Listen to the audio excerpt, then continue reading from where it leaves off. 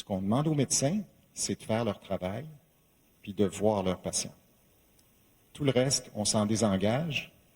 Écoutez, le ministre de la Santé a publiquement dit lui-même, c'est bien beau l'enseignement et la recherche, mais ce que la population veut, c'est des soins aux patients. Bien, c'est ça qu'on va faire. Docteur Olivan, le président de la Fédération des médecins spécialistes du Québec, qui a annoncé cet après-midi qu'ils allaient y aller avec des moyens de pression dès la semaine prochaine. Ça se dessine donc affrontement avec les médecins cet automne, les syndicats. M. Legault veut faire du ménage dans la bureaucratie, veut que ça aille plus vite. Paul, c'est un risque ou un beau risque pour M. Legault? Ouais, ça va brasser.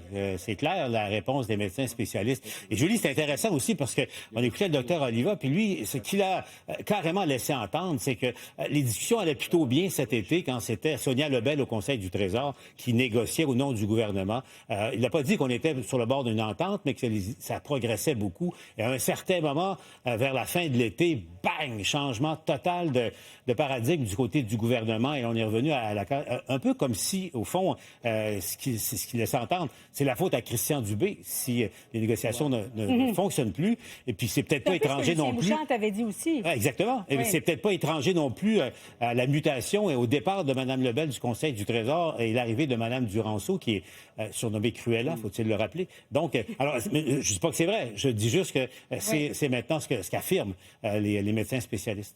Cet affrontement avec les syndicats, les médecins, Mario, c'est une bonne stratégie? Je vais être bref. Ma compréhension de ce que Paul vient de mentionner, là, c'est que Sonia Lebel, comme présidente du Conseil du Trésor, a cherché une entente avec les médecins. Christian Dubé, il cherche des résultats pour les patients, têtu, entêté, obstiné. Puis là, moi, ce que j'ai entendu hier, c'est un premier ministre qui n'a plus rien à perdre. Je veux dire, au point qu'il est dans les sondages, puis tout ça, affaibli politiquement par les sondages, mais avec plus rien à perdre, il pourrait être quelque chose à affronter. Puis Christian Dubé est déterminé. Lui, il ne cherche pas une entente, là. Il cherche des résultats pour les patients. Oui, à travers une entente éventuelle, mais il n'est pas à la recherche d'une entente au plus vite. Donc, Emmanuel, ce que Gaétan Barrette, par exemple, a essayé de faire avec les médecins, cette fois-ci, Christian Dubé est convaincu qu'il va réussir. Il est convaincu qu'il va réussir parce que son premier ministre a envie de se battre, puis on a envie de cet affrontement-là. Je pense qu'il ne faut pas perdre de vue.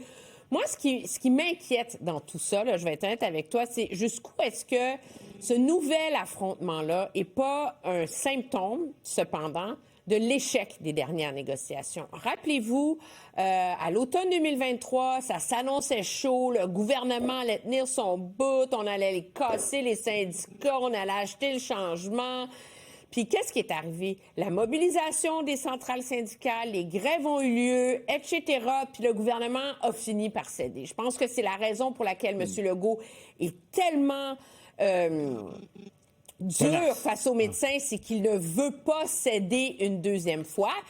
Mais cependant, une fois qu'on a réglé que ça a coûté beaucoup plus cher que prévu, qu'on a mis les finances publiques dans le trou, on a dit aux Québécois, on a acheté le changement dans le réseau de la santé.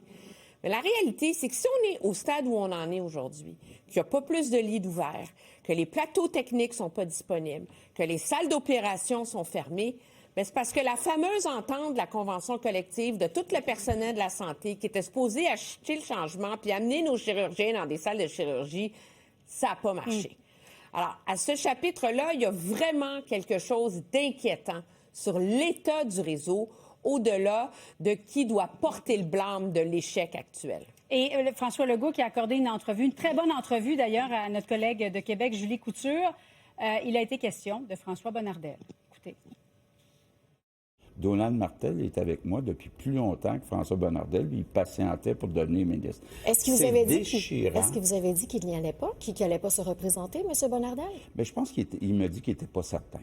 Ça, est-ce que c'est ce qui fait que vous ne l'avez pas renommé? Écoutez, il y a toutes sortes de critères. Il faut avoir des gens dans les différentes régions du Québec.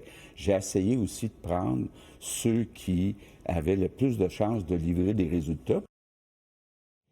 Mario? Ouch! Tu sais, c'est la position délicate où tu te places. Une fois que tu as mis dehors un de tes lieutenants, après ça, il faut que tu justifies pourquoi tu l'as mis dehors. Ça tient rarement la route.